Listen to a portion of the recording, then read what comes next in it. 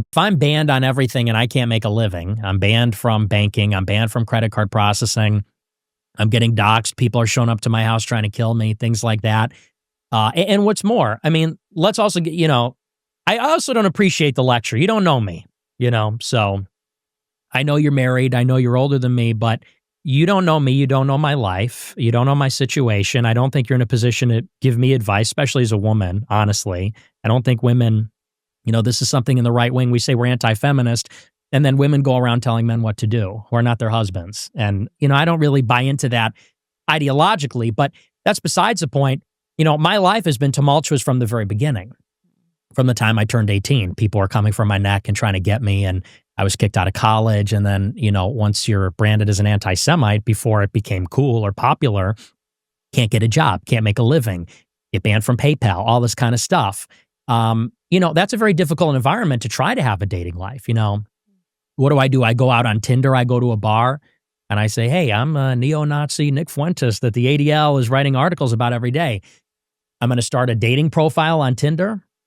People are going to screenshot that, mess with me in all kinds of ways. It's a very difficult predicament, actually, for me, because I took on basically a huge sacrifice at the beginning. And I don't know that you really appreciate that enough. I think that you're somebody who, you had a career in politics for as long as I was fighting a battle.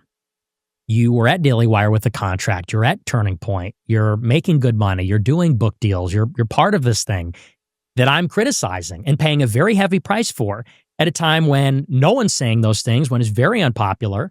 And it's not to say that I'm a victim, because I did it willingly and I love it and I would do it again.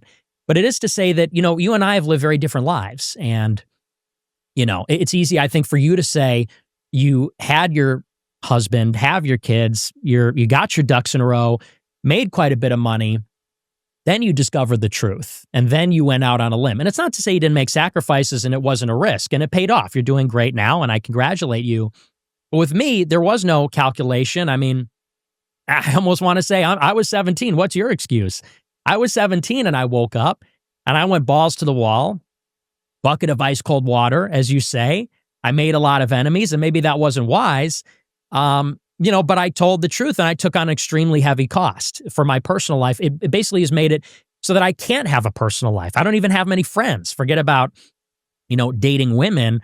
I can't even really have a lot of male friends because there's such an incentive to betray me, to turn your back on me, because there are people that are being paid to attack me all the time on Twitter or for information about me, things like that. So, it's something like everything else that I'm figuring out one step at a time, just like my show. And, when I get banned from something, whether or not I'll be able to have a family and kids and what that'll look like. But I mean, it's a little more complicated, I think, than maybe you understand. I feel like you just got super triggered by me just saying something so casual. What was that about? See, I don't appreciate you're a woman. that. You're like, you're a woman. Duh, man. Just like, I was just having a conversation with you, just being like, hey, like you, there's a lot of growth that comes from when you start a family. Like it's a pretty cool thing to do. And I feel like you got pretty triggered there and got like a little upset. I don't know what I did there. I don't like that you say triggered. Well, you were a little bit triggered. I'm being candid. I'm being candid with you. And, but saying, a woman just it's like, okay. You're talking about my personal life. You're talking about my personal life. Yeah, we're having a conversation. I talked to tons of people about their personal lives. Like, why do you feel like that wasn't a line of attack, Nick? I know it wasn't a line of attack. So why you kind of responded like you were just attacked? Because you're giving me this lecture, giving me this advice about things and telling me, you don't know who you are and all this kind of stuff. I said that when people... I find myself commenting on Nick Fuentes' video more and more. Listen, I think that he is very entertaining, and the way he talks to me feels very comforting or comfortable. Some of the things he said might make some people very angry, or might drive some people away, or might make some people not be fond of him. That is true. But we live in a big world, in a civilized world, and I believe in people living their own lives and doing their own thing. Okay, believe me, I'm from Africa. I know how painful it is when people started shutting you down when you want to say things. And when people point fingers at you for not going along with a certain narrative, or maybe you just decide to choose differently from what people choose, right? They all start pointing you, they all start pointing their fingers at you. I know all that. So I get all what he is saying. But the thing that gets me really amused is the way the whole interview went, or the turn it took. I know this is just a clip from it. There might be more to this conversation that we are getting from this short clip, but it was just a normal question being put to him. And I'm guessing he didn't like it at all. He did not like it at all. Listen, I don't buy his whole point about women not being able to ask questions or to participate in the workforce or to say certain things or to advise certain people. I believe that women, like men, are equal. We are supposed to help and support each other. There is no such a thing like this one is ahead of this one. I don't think there's any such thing as that. I think that we are all human beings and we all live in this world, and so we can support each other. I know Nick's own opinion about all this is different. I get it. But the whole thing about you being a woman, you not knowing the way I feel, or you not understanding what I have gone through, and so you have no right to advise me, is so weird, right? and I say and I say all this, still bearing in mind the things he went through. And one more point that I want to say is that listen, okay, in this life, right, the things you do will put you in a good or bad situation. If you are out there saying things about certain people, there will be consequences for those things you are saying. Everything in life has consequences. Everything. So before you go talking about certain things, you must be aware of the consequences, because believe me, those consequences will come upon you. It's just a matter of when, not if. They will come upon you. So you must be ready to bear all those consequences when the time comes. So you can hear what Nick is saying. He is being banned from one media to another, and he cannot do certain things, which is really, really sad. It's really sad.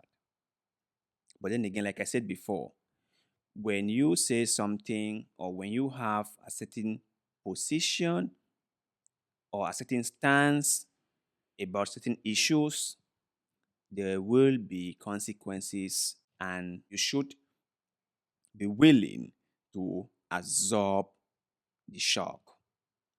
And coming back to Candace, right? I find this very funny when people invite others to their platforms and then expect them to change. I wonder, like, don't you know who this person is before you invite them? Like how Candace was saying that um, Nick was triggered by her question about getting married and starting a family.